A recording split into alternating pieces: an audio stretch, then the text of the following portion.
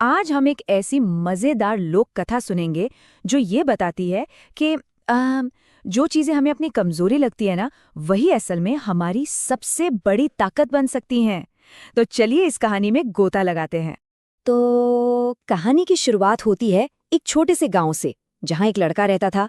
अब सपने तो उसके बहुत बड़े बड़े थे, आसमान छूने वाले, लेकिन हकीकत में उसके पैर जमीन की सच्चाई से बंधे हुए थे।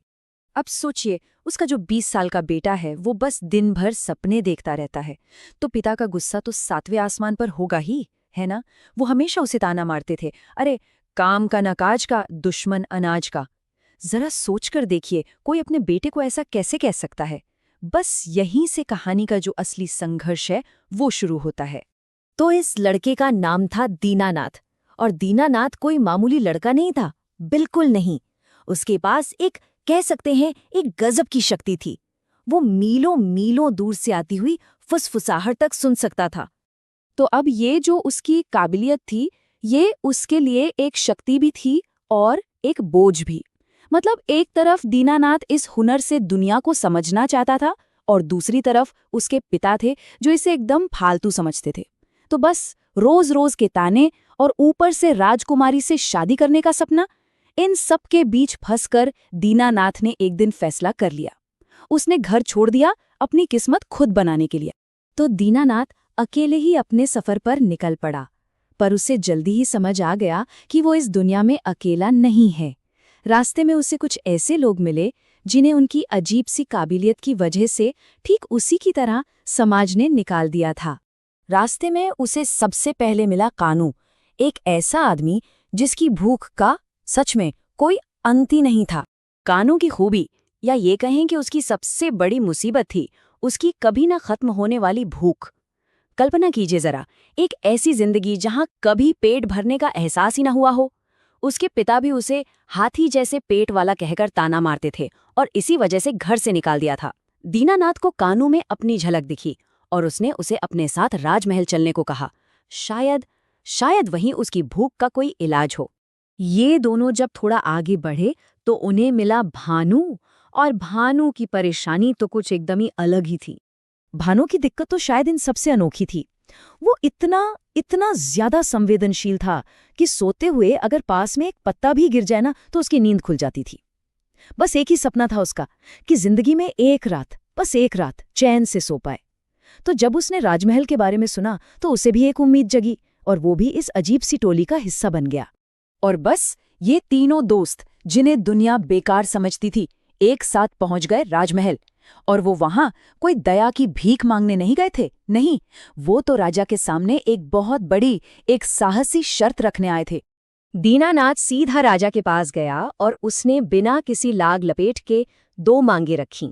पहली, मेरे दोस्त कानू को पेट भर खाना और भानु को सोने के लिए एक शांत जगह दी जाए। और दूसरी, मुझे राजकुमारी मधुबाला से शादी करनी है। राजा भी हैरान रह गया, पर उसने शर्त मान ली, लेकिन एक और शर्त के साथ। दांव पर थी इन तीनों की जिंदगी। अगर वो अपनी कला साबित कर पाए तो सब कुछ उनका, कानू को खाना, भानु को नींद और दीनानाथ को राजकुमारी। लेकिन अगर वो नाकाम रहे तो तीनों के सिर कलम कर दिए जाएंगे। दांव बहुत ऊंचा था। और बस इसी के साथ शुरू हुआ उनकी अनोखी कला का इम्तिहान। मैदान में सबसे पहले उतरा कानू, जिसका पेट एक अथाह कुएं जैसा था। शाही बावर्ची एक के बाद एक पकवानों के ढेर लगाते गए और कानू था कि सब कुछ साफ करता गया। वो रुका नहीं, वो थका नहीं, बस खाता गया और खाता ही गया। और आखिर में नतीजा क्या निकला? शाही रसोई में एक दाना तक नहीं बचा, सब कुछ खत्म, शून्य। उस अकेले आदमी ने पूरा का पूरा शाही रसोई घर ही खाली कर दिया था। चलो भाई, पहली परीक्षा तो पास हो गई। अब बारी थी भानु की। उसके लिए अरे क्या शानदार बिस्तर लगाया गया, एक के ऊपर एक, पूरे 7 नर्म मुलायम गद्दे। देखने से ही लगे कि बस इस पर लेटते ही नींद आ जाए। लेकिन ये क्या, जैसे ही भानु उस पर लेटा वो छटपटा कर उठ बैठा। उसे नींद ही नहीं आ रही थी। सब हैरान थे, आखिर इतने मुलायम, इतने शानदार बिस्तर पर उसे क्या चुभ सकता था। और जब वजह पता चली तो किसी को यकीन नहीं हुआ। उन 7 गद्दों के नीचे एक इंसानी बाल पड़ा था। जी हाँ, सिर्फ एक छोटा सा बाल। और बस इसी एक बाल ने ये साबित कर दिया कि भानु की संवेदनशीलता कमजोरी नहीं, बल्कि एक अविश्वसनीय, एक असाधारण कला थी।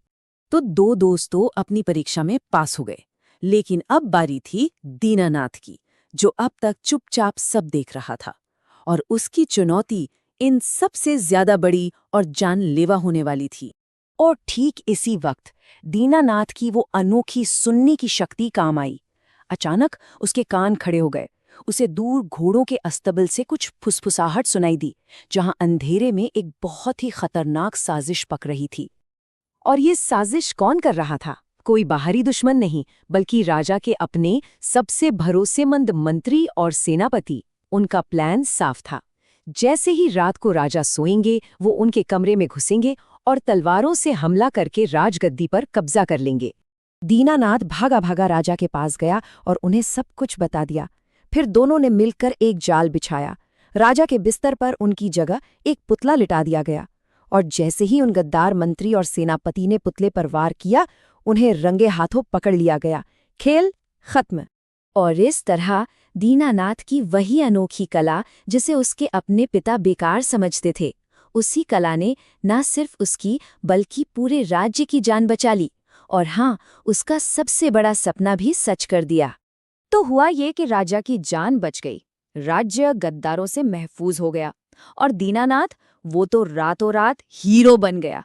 राजा ने भी खुश होकर अपनी बेटी राजकुमारी मधुबाला का हाथ उसके हाथ में दे दिया। और उसके दोस्तों का क्या? अरे हाँ, कानू को जिंदगी भर के लिए पेट भर खाना मिला, और भानु को मिली चैन की नींद। पूरे राज्य में बस जश्न ही जश्न था।